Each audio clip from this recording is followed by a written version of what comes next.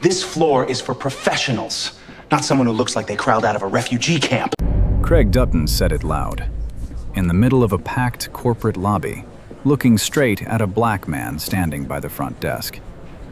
Wesley Adams didn't flinch. I'm Wesley Adams. I have a 10 o'clock meeting here. Craig got in his face. Your name means nothing here.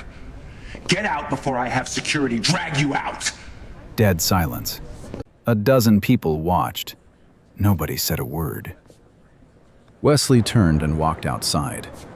He sat on a concrete bench in front of that building for 2 hours. But Craig Dutton had no idea who he'd just thrown out. And by the time he found out, it was already too late. 6 hours earlier, the morning sun was barely up over Charlotte, North Carolina. Wesley Adams stood in his kitchen, pouring black coffee into a plain white mug. The house was quiet. Not the kind of quiet that comes from emptiness, the kind that comes from a man who likes his mornings slow. The kitchen smelled like fresh grounds and toast. Nothing fancy. A simple counter, a wooden table with a few documents spread across it. Wesley picked up a pen and circled a number near the bottom of a page. $300 million. That was the deal he was about to close. On the wall behind him hung 3 framed photographs. The first showed his father in a military dress uniform, shoulders back, chin up, eyes that didn't ask for permission. The second was his mother standing outside a Baptist church in a floral dress, smiling so wide you could feel the warmth through the glass. The third was Wesley shaking hands with the governor of North Carolina at a small business summit 2 years ago. None of these photos were hung to impress anyone. Wesley lived alone. Almost nobody visited. They were there because they reminded him where he came from. Wesley grew up in a neighborhood where the sidewalks cracked before anyone bothered to fix them. His father drove a city bus for 31 years. His mother cleaned houses 6 days a week. They never complained. They just told him the same thing over and over. Be so good, they can't pretend you don't exist. He listened. Full scholarship to Howard University, MBA from Wharton. By 35, he had launched Pinnacle Equity Group out of a one-room office with a borrowed desk. 15 years later, the firm managed over $4 billion in assets across 3 states. But if you saw Wesley Adams on the street, you wouldn't know any of that. He grabbed his keys off the counter. A Honda Accord key fob, 3 years old, dark gray, not a single scratch because he kept it clean. He could have driven anything, a Mercedes, a Porsche, a matte black Range Rover like the ones his colleagues parked in their driveways. He chose the Accord because he believed your car shouldn't do the talking for you. That choice would matter later. More than he knew. He backed out of the driveway at exactly 8:15. The drive to downtown Charlotte would take about 40 minutes. Pinnacle Equity Group had been in talks with Lakebridge Consulting for nearly 4 months. Emails, phone calls, financial reviews, due diligence reports, all handled through intermediaries and junior associates on both sides. Today was the first face-to-face. The day the deal would become real. Here's the thing. Nobody at Lakebridge had ever met Wesley in person. They knew the name Pinnacle Equity Group. They knew the numbers. They knew a managing partner was coming. But they had never seen his face, never heard his voice, never had a reason to picture what he looked like. And that gap between what they expected and who walked through the door was about to blow the whole thing apart. Now, let's talk about Craig Dutton. Craig was 38 years old, regional operations manager at Lakebridge Consulting Group, the kind of title that sounds important until you realize it mostly means scheduling conference rooms and managing visitor logistics. But Craig didn't see it that way. To Craig, that title meant power. It meant he decided who got in and who didn't. He arrived at the office at 8:45 that morning. Stood in the bathroom mirror for 6 full minutes, adjusting his tie, fixing his hair, practicing his handshake in the air. Today was the big meeting, the one that could save the company. And Craig wanted Sandra Ellis, the CEO, to see him at the center of it. What you need to know about Craig is this. He had 3 HR complaints in the past 2 years, all from people of color, all dismissed with a written warning and a closed file. Nothing stuck. Nothing ever did. And then there was Diane Caldwell, mid-40s, receptionist at Lakebridge for 6 years. She sat behind that front desk every single day and saw everything. She saw Craig belittle the cleaning crew. She heard the jokes about diversity hires. She watched him talk down to anyone who didn't look like him. She never reported it. She had 2 kids and a mortgage. She kept her head down and her mouth shut. That morning, all 3 of them were on a collision course inside the same building, and not one of them knew what was coming. Wesley pulled into the parking garage at 9:43. He grabbed his portfolio from the passenger seat, checked his blazer in the rearview mirror, and stepped out. The parking garage smelled like oil and warm concrete. His shoes echoed against the floor with each step. He walked past rows of BMWs, Audis, and a few Teslas with vanity plates. His gray Honda Accord sat between a white Lexus and a black Mercedes. It looked like a typo in a sentence full of capital letters. He didn't care. The elevator took him to the 14th floor. The doors opened to a wide lobby with floor-to-ceiling glass walls. Everything was polished. Marble floors, recessed lighting, the faint hum of an air conditioning system that probably cost more than most people's rent. A large silver sign on the wall read, Lakebridge Consulting Group, in clean, modern font. Diane Caldwell sat behind the front desk. She looked up and smiled when Wesley approached. "Good morning. How can I help you?" "Morning. Wesley Adams, here for the 10 o'clock with your leadership team. Pinnacle Equity Group." Diane nodded and started typing his name into the system. Her fingers moved quickly. She found the appointment almost immediately, confirmed, flagged as priority, highlighted in red on the internal calendar. She was about to print a visitor badge when she heard footsteps behind her. Craig Dutton came around the corner with a Bluetooth earpiece in one ear and a coffee in his hand. He was walking fast, the way people walk when they want everyone to know they're busy. He glanced toward the front desk, saw Wesley, and stopped. Not because he recognized him, because he didn't. Craig's eyes started at Wesley's shoes. Clean but not designer. Moved to his blazer. Fitted but no visible label. Then to his face. And that was where Craig made his decision. Not based on credentials, not based on appointment records, based on nothing but what he saw. You already heard what he said. The refugee line, the threats, the demand to leave.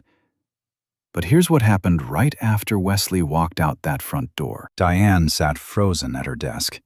Her hands were still hovering over the keyboard. She had the visitor badge half printed.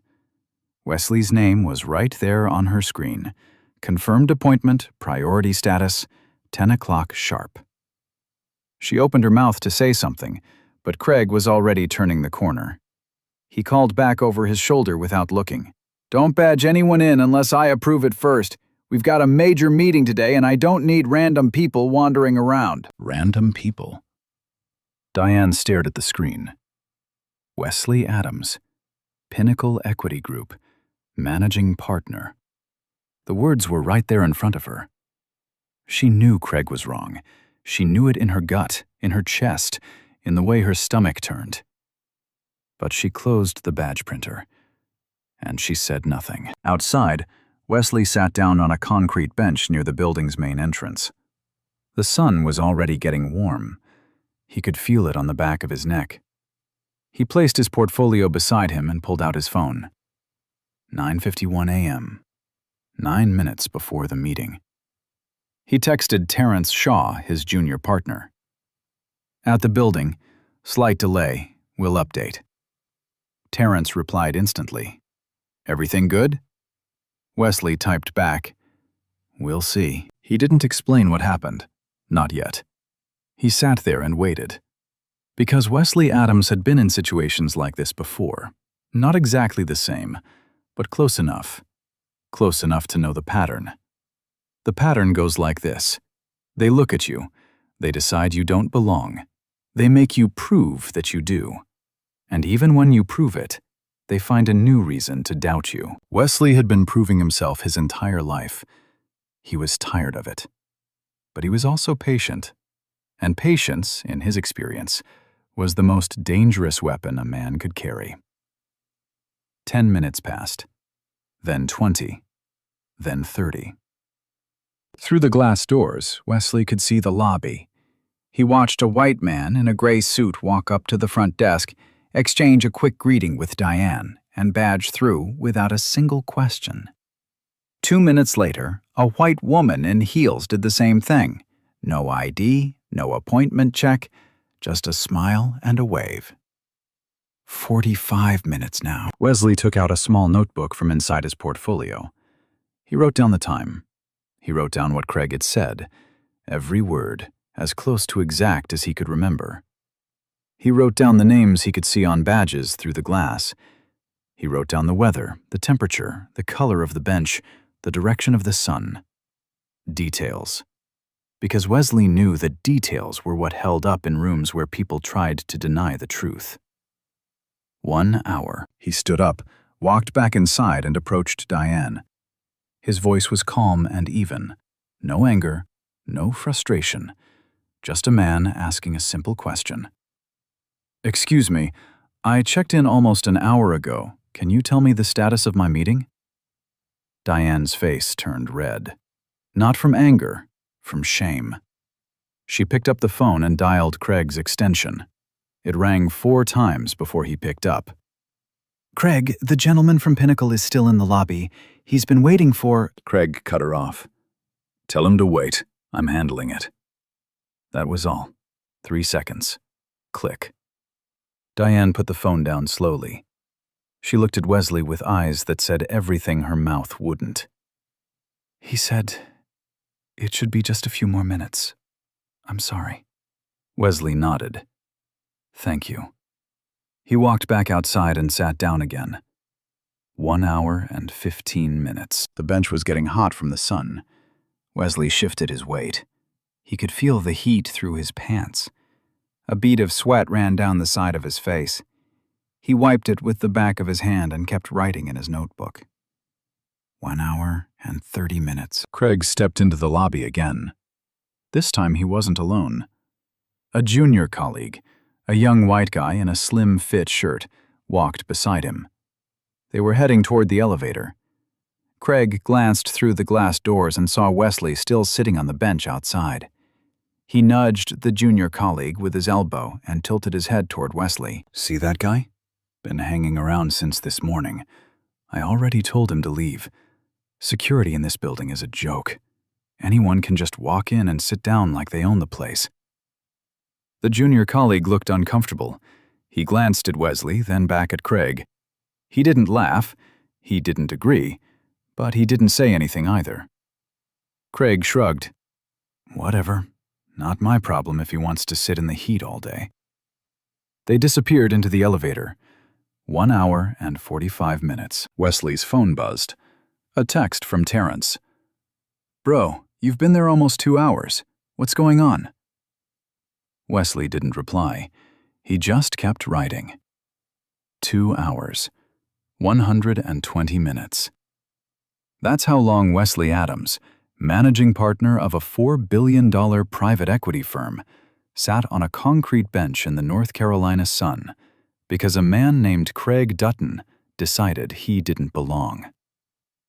Inside the building, 14 floors up, the conference room was getting tense. Nolan Foster, senior VP of Lakebridge, sat at the head of a long glass table. 2 other executives sat beside him, laptops open, presentation loaded, water glasses filled. Everything ready, except the guest of honor. Nolan checked his watch for the 5th time. He looked at Craig, who sat at the far end of the table scrolling through his phone like nothing was wrong. "Craig, have we heard from the Pinnacle team? They're 2 hours late." Craig barely looked up. "Maybe they got cold feet.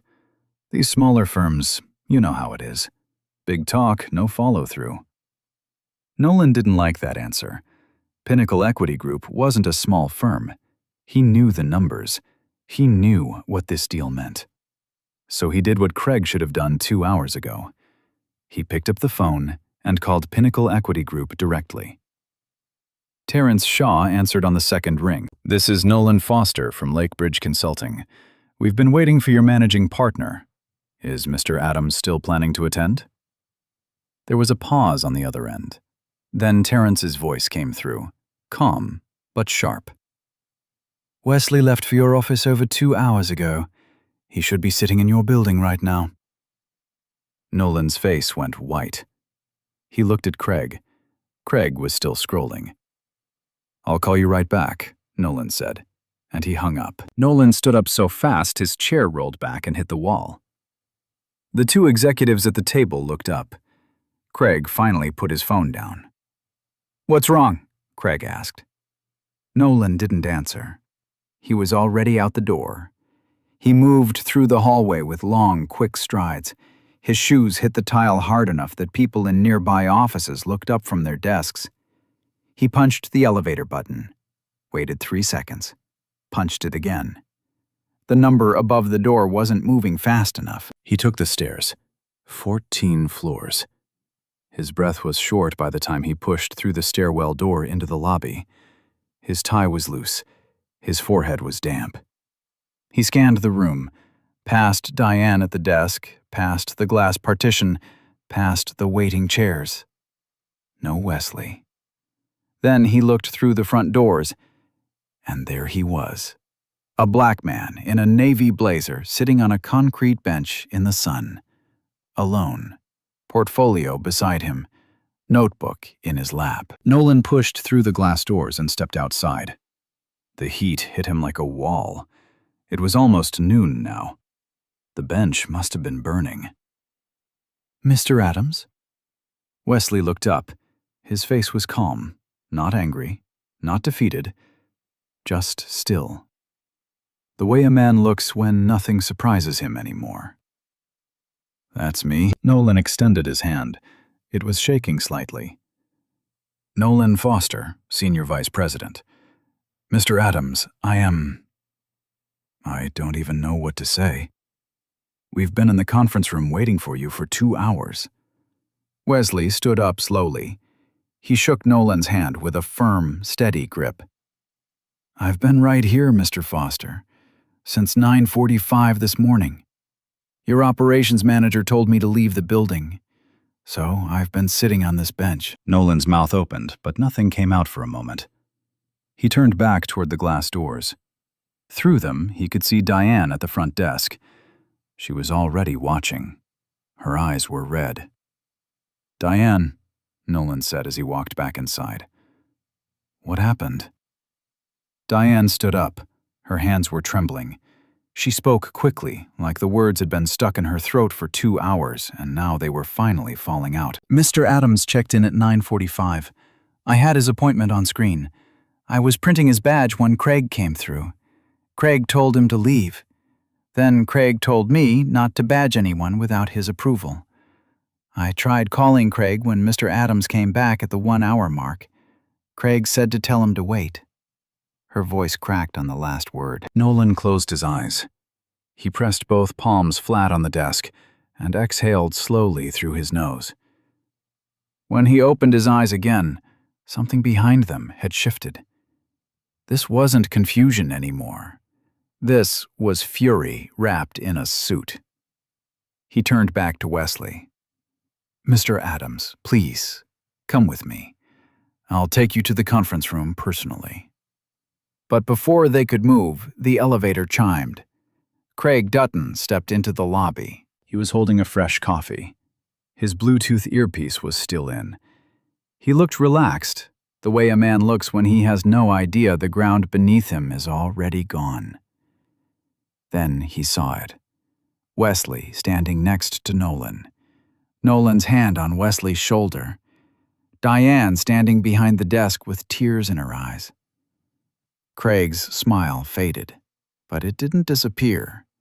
Not yet. He walked over with that same confident stride.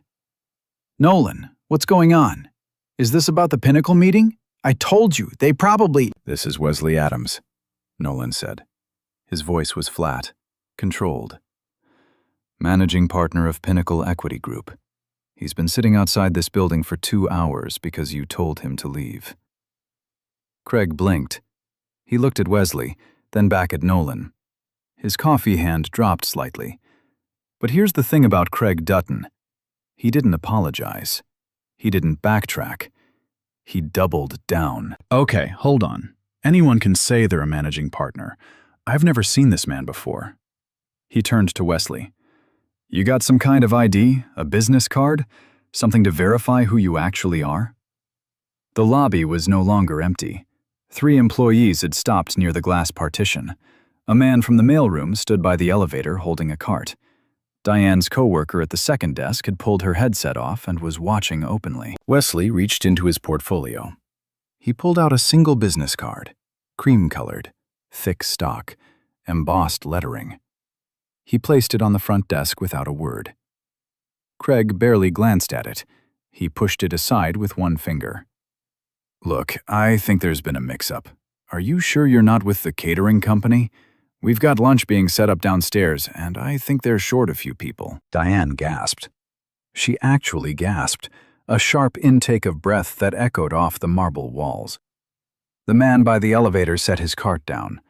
One of the employees near the glass put her hand over her mouth. Wesley didn't move. He stood perfectly still. His hands were at his sides. His jaw tightened, just barely, just enough that you'd only notice if you were looking. But his voice stayed level. I've been sitting outside this building for 2 hours. You didn't ask my name. You didn't check the guest list. You didn't call anyone. You looked at me and decided I didn't belong here. He paused. The lobby was silent enough to hear the air conditioning. We both know why. Craig's face changed. The confidence cracked. Something behind his eyes shifted. Not guilt, not yet, but the first flicker of a man realizing he's standing on a trap door. He tried to laugh. It came out dry and broken. Hey, come on. It was just a misunderstanding. No reason to make this a whole thing. Nobody laughed with him. Nobody nodded. The lobby stayed frozen. That's when the elevator chimed again. Terrence Shaw walked into the lobby. 6'2", tailored charcoal suit, leather portfolio with the Pinnacle Equity Group logo stamped in gold on the front. He moved like a man who knew exactly where he was going and didn't need anyone to point the way. Behind him, through the lobby windows, you could see it. A black Escalade parked at the front entrance with a small Pinnacle Equity Group placard on the dashboard. Terrence walked straight to Wesley. They shook hands, a firm grip between 2 men who had done this 1,000 times. Everything all right? Terrence asked. Wesley glanced at Craig. We were just sorting out a misunderstanding. Terrence looked at Craig, then at Diane, then at the business card still sitting on the front desk where Craig had pushed it aside. He picked it up, read it, and placed it back down, face up this time.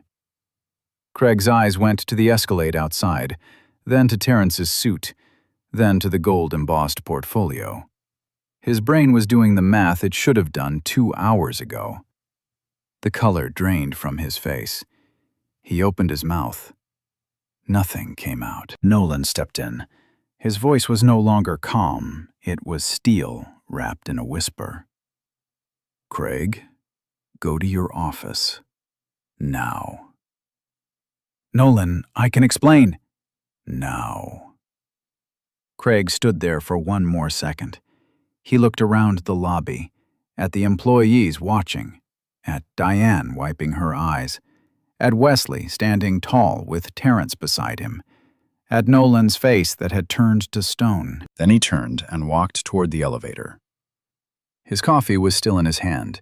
His Bluetooth earpiece was still in his ear. But his shoulders were different now. Lower, smaller, like the air had been let out of him. The elevator doors closed, and Craig Dutton disappeared. Nolan turned to Wesley. His voice softened, but the weight behind it was enormous. Mr. Adams, I cannot begin to express. Please, let me take you to the conference room. Whatever you need. Wesley picked up his portfolio. He looked at Diane. She was still standing behind the desk, tears streaming silently down her face. He gave her a small nod. Not forgiveness, not blame, just acknowledgement. Then he followed Nolan down the hallway. Terrence walked beside him. Their footsteps echoed in perfect rhythm against the marble floor. Behind them, the lobby slowly started breathing again. The conference room was on the 14th floor. Glass walls on 3 sides. A long mahogany table that could seat 12. At the far end, a mounted screen displayed the Lake Bridge Consulting logo, spinning slowly like it was waiting for someone important to arrive. 2 executives were already seated. A woman named Patricia in a cream blazer with a pen behind her ear. A man named Garrett in a navy vest who hadn't touched his water in 20 minutes. Both of them looked nervous. Both of them stood up when Wesley walked in. Nolan made the introductions quickly, too quickly. He was trying to paste over 2 hours of damage with 30 seconds of pleasantries. Wesley shook their hands. Terrence nodded. They sat down. The room smelled like fresh coffee and dry erase markers. The air conditioning hummed just loud enough to fill the silence. Outside the glass walls, employees moved through the hallway in slow motion, glancing in, pretending not to, glancing again. Everyone at that table expected Wesley to open his portfolio and start the pitch. Pull out the term sheet, walk through the numbers, get the deal done. Wesley didn't open his portfolio. He placed both hands flat on the table. His fingers were steady. His back was straight. He looked at each person in the room, Nolan, Patricia, Garrett, one at a time. Then he spoke. Before we discuss any numbers, I need to tell you what happened this morning. The room went still. Wesley started from the beginning. 9:45 arrival, Diane at the front desk, the appointment confirmed on screen. Then Craig. The words Craig used, the refugee comment, the demand to leave, the threat to call security. He told them about the bench outside, the heat, the sweat running down the back of his neck, the white visitors he watched badge through the lobby without a single question while he sat in the sun. He told them about the 1-hour mark, Diane's phone call, Craig's 3-word response, tell him to wait. He told them about the catering comment, the gasps, the silence. Wesley spoke for 6 uninterrupted minutes. His voice never rose. His hands never moved. He recited timestamps from his notebook like a man reading coordinates on a map. Every detail, every word, every second. When he finished, Patricia had her hand over her mouth. Garrett was staring at the table. Nolan's eyes were closed. Nobody spoke for a long time. Then Wesley reached into his portfolio. He pulled out a bound document, 46 pages, printed on heavy stock paper, held together with a black clip. He placed it on the table and slid it to the center. This is the term sheet for a $300 million acquisition of a 40% controlling stake in Lake Bridge Consulting Group. My legal team finalized it last night. I drove here this morning ready to sign it. He let that sit for a moment. The number filled the room like smoke. But I need you to understand something. This deal doesn't just make me an investor. A 40% controlling stake means I would have a seat on your board. I would have a voice in hiring. I would have direct oversight of company operations. He paused. In other words, the man your operations manager threw out of this building this morning was about to become his boss. Patricia closed her laptop. Garrett leaned back in his chair and exhaled like he'd been holding his breath for 10 minutes. Nolan pressed his thumb and forefinger against the bridge of his nose and kept them there. Wesley let the silence do its work. He didn't rush. He didn't gloat. He didn't raise his voice even now. He simply let the truth take up every inch of space in that room. Then he continued, "I came here today prepared to sign this deal. I believed in what Lakebridge could become with the right investment and the right leadership, but I will not put a single dollar into a company that allows someone like Craig Dutton to be the first face a visitor sees." He tapped the term sheet with one finger. "What happens to me today wasn't a mistake. It wasn't a miscommunication. It was a decision. Craig looked at me and made a decision based on what he saw, nothing else. And the fact that he felt comfortable doing that, in a public lobby, in front of your staff, tells me this isn't the first time." Nolan opened his mouth.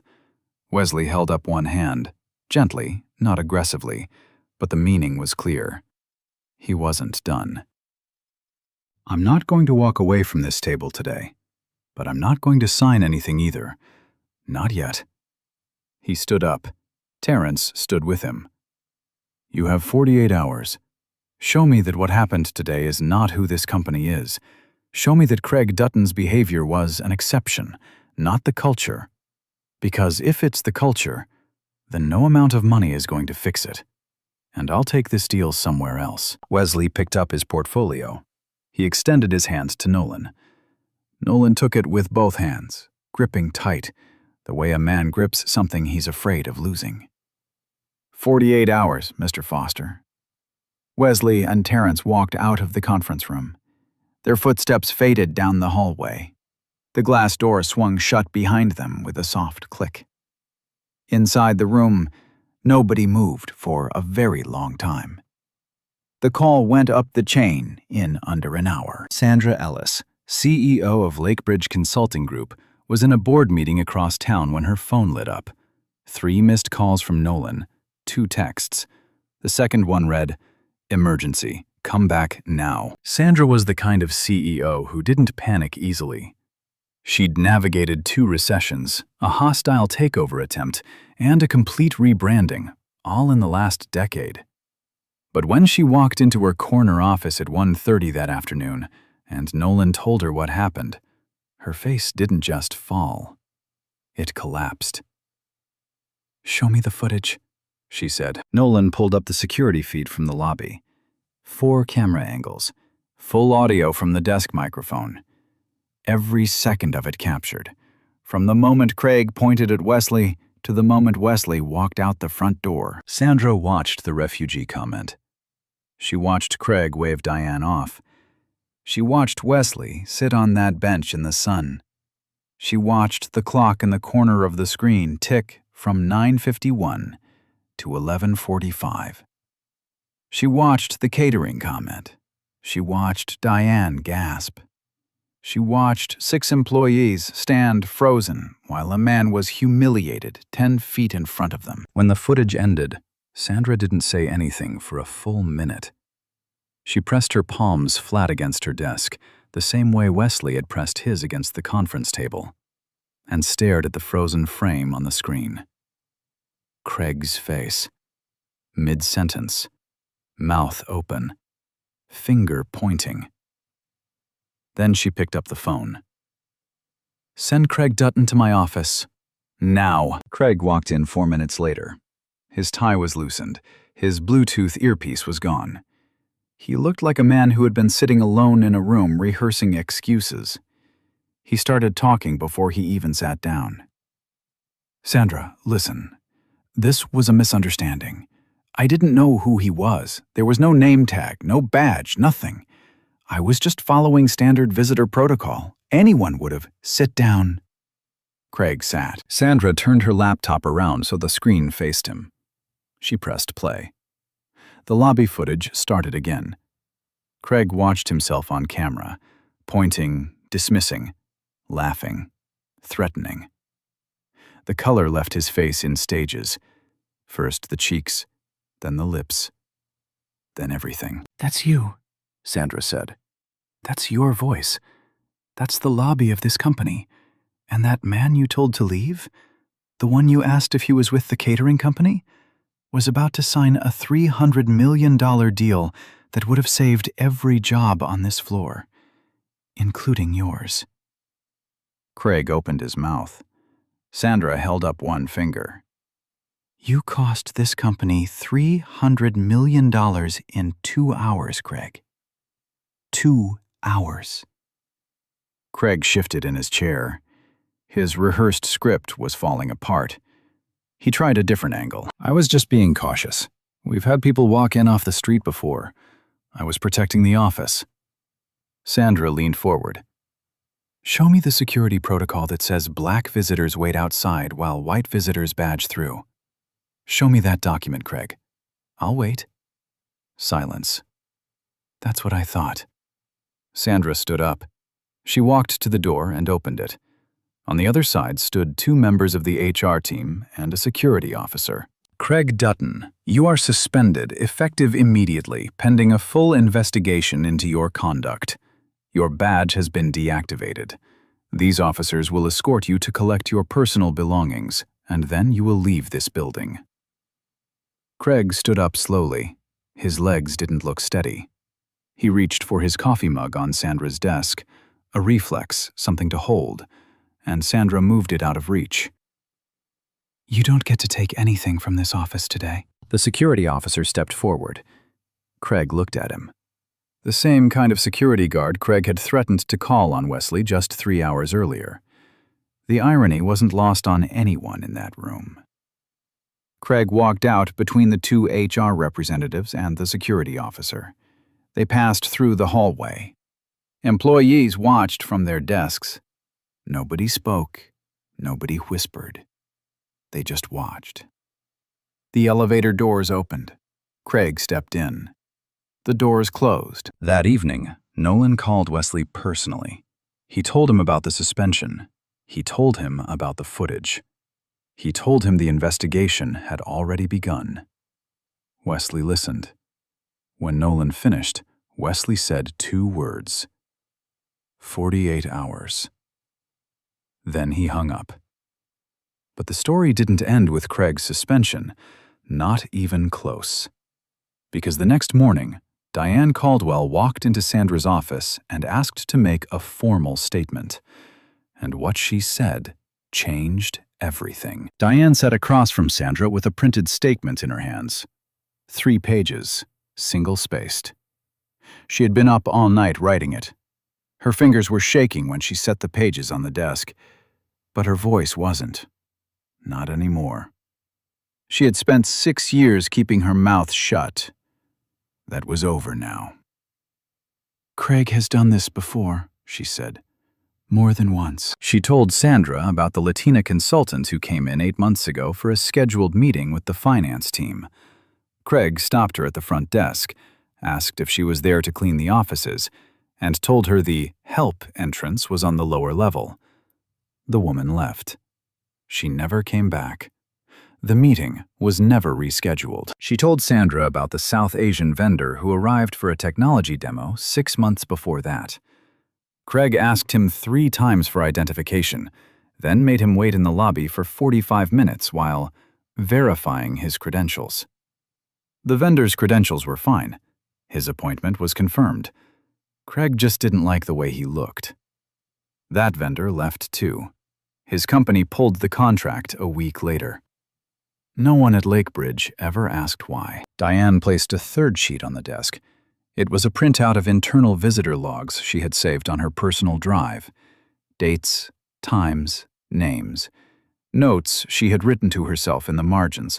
Small things like, Craig redirected visitor, and guest asked to wait without reason.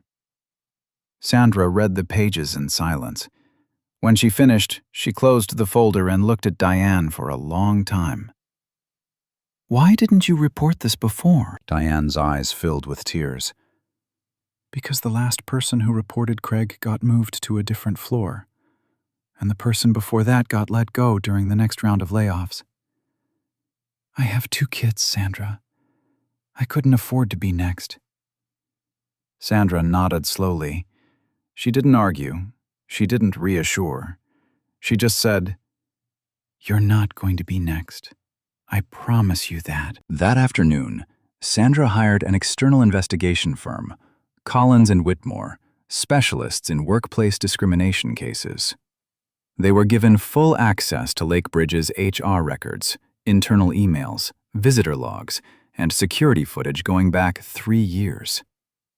What they found was worse than anyone expected. Craig Dutton had filed 14 security concern reports over 3 years. 12 of them involved non-white visitors or employees. He had flagged a black analyst named Jerome for a random desk search twice in 1 month.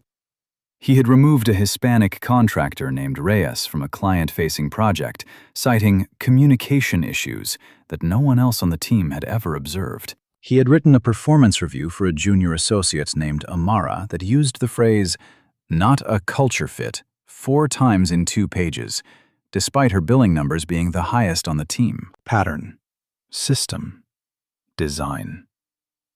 The investigation report landed on Sandra's desk 8 days later.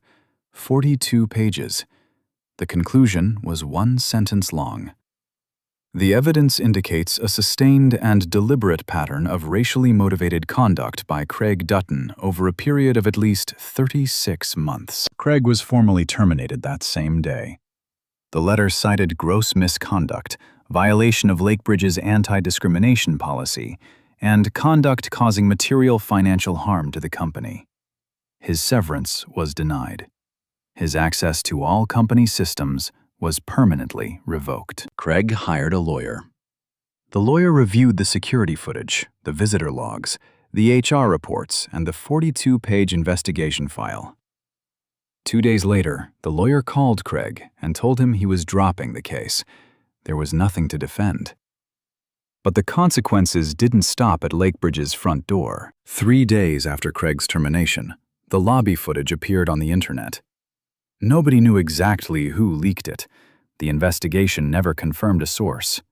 But the clip of Craig pointing at Wesley and saying the refugee line was uploaded to social media at 7:14 on a Tuesday morning. By noon, it had 400,000 views. By midnight, it crossed 2 million. The clip played on local Charlotte news first. Then regional outlets picked it up. Then national. A CNN anchor played the footage on a split screen next to Lakebridge's corporate website.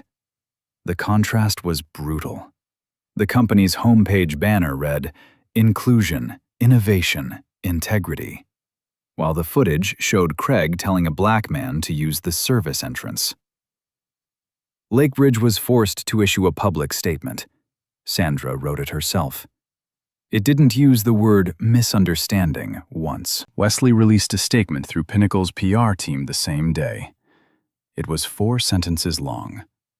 He didn't attack Lakebridge. He didn't name Craig. He simply said that he would not do business with any organization that tolerated discrimination at any level, and that he trusted Lakebridge to prove they were better than what he experienced that morning. 4 sentences. And they hit harder than 100. The public pressure mounted. Lakebridge's stock dipped 9% in a week. 2 mid-level clients paused their contracts pending review. A coalition of Charlotte business leaders sent a private letter to Sandra urging immediate reform. Then came the legal front. Wesley's attorneys filed a formal complaint with the Equal Employment Opportunity Commission on behalf of the Latina consultant and the South Asian vendor Craig had mistreated. Both were contacted. Both agreed to participate. A civil rights attorney named Harold Graves took the case pro bono. He told a reporter that Craig's behavior wasn't an isolated incident. It was a policy without a name. The EEOC investigation took 3 months. The finding was clear. Craig Dutton had engaged in a pattern of discriminatory conduct in violation of Title VII of the Civil Rights Act. A civil lawsuit followed. Craig was ordered to pay $180,000 in combined damages to the 3 complainants. His professional life collapsed in parallel. His LinkedIn profile was flooded with messages. Former colleagues distanced themselves publicly. One gave an interview to the Charlotte Observer and said something that stuck. Everyone knew. Nobody said anything. That's the part that keeps me up at night. Meanwhile, Lakebridge was rebuilding. Sandra implemented a company-wide overhaul, mandatory bias training for every employee, a new diversity oversight board with external members, a completely redesigned visitor protocol that removed individual gatekeeping authority. No single person would ever again have the power to decide who belonged in that lobby. Wesley watched all of this from a distance. He read the reports. He reviewed the reforms. He talked to Sandra twice by phone.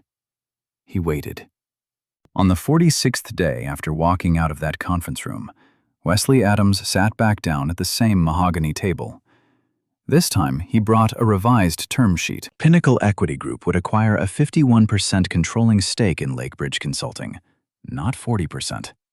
The price remained $300 million, but the terms had changed. Wesley would personally appoint a chief equity officer as a condition of the deal.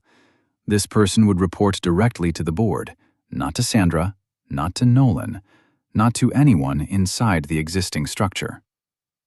Lakebridge accepted every condition without negotiation. Wesley signed the deal at 10:02 a.m., almost the exact same time he had been sitting on that bench 2 months earlier. 18 months later, Lakebridge Consulting Group looked like a different company. Not the building. The building was the same. Same glass walls, same marble lobby, same silver sign by the elevator. But the people inside it had changed. The energy had changed. The rules had changed. Wesley Adams sat on the board of directors. He attended quarterly meetings in the same conference room where he had once laid out the worst morning of his professional life.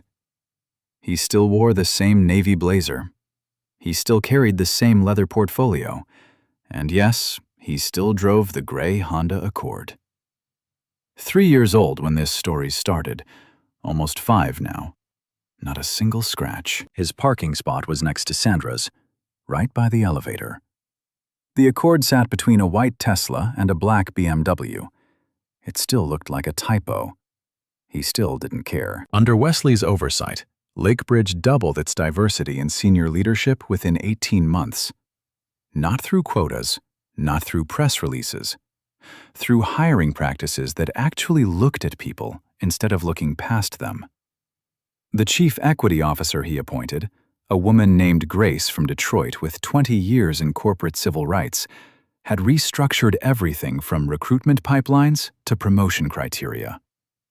Diane Caldwell no longer sat behind the front desk. She had been promoted to office manager. She ran the entire visitor experience program now. She trained every new front desk employee personally. Her training didn't come from a manual.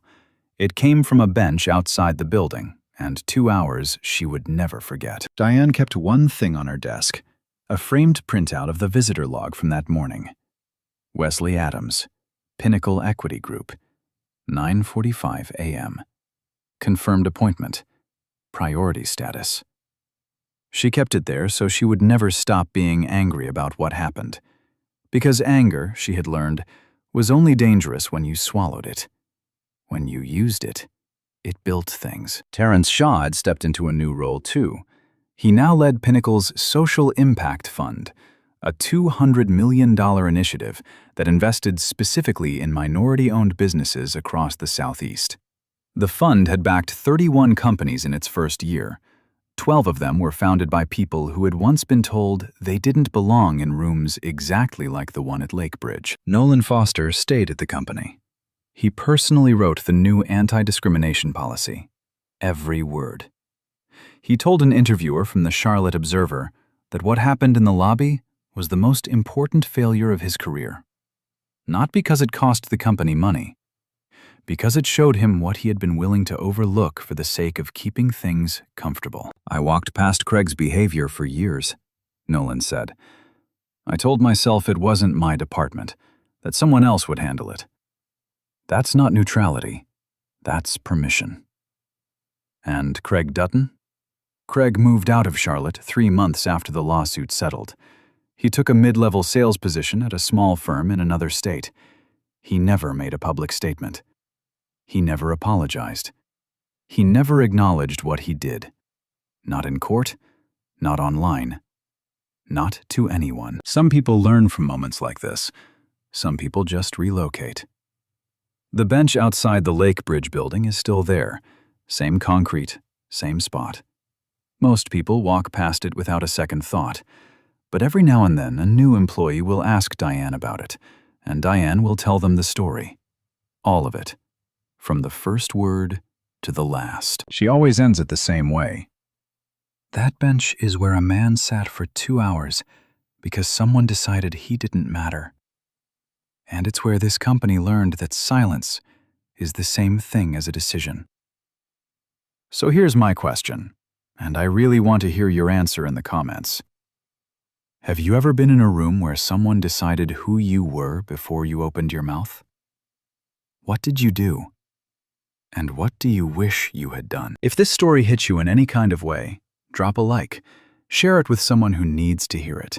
Subscribe so you don't miss the next one. Because these stories matter, and so does your voice.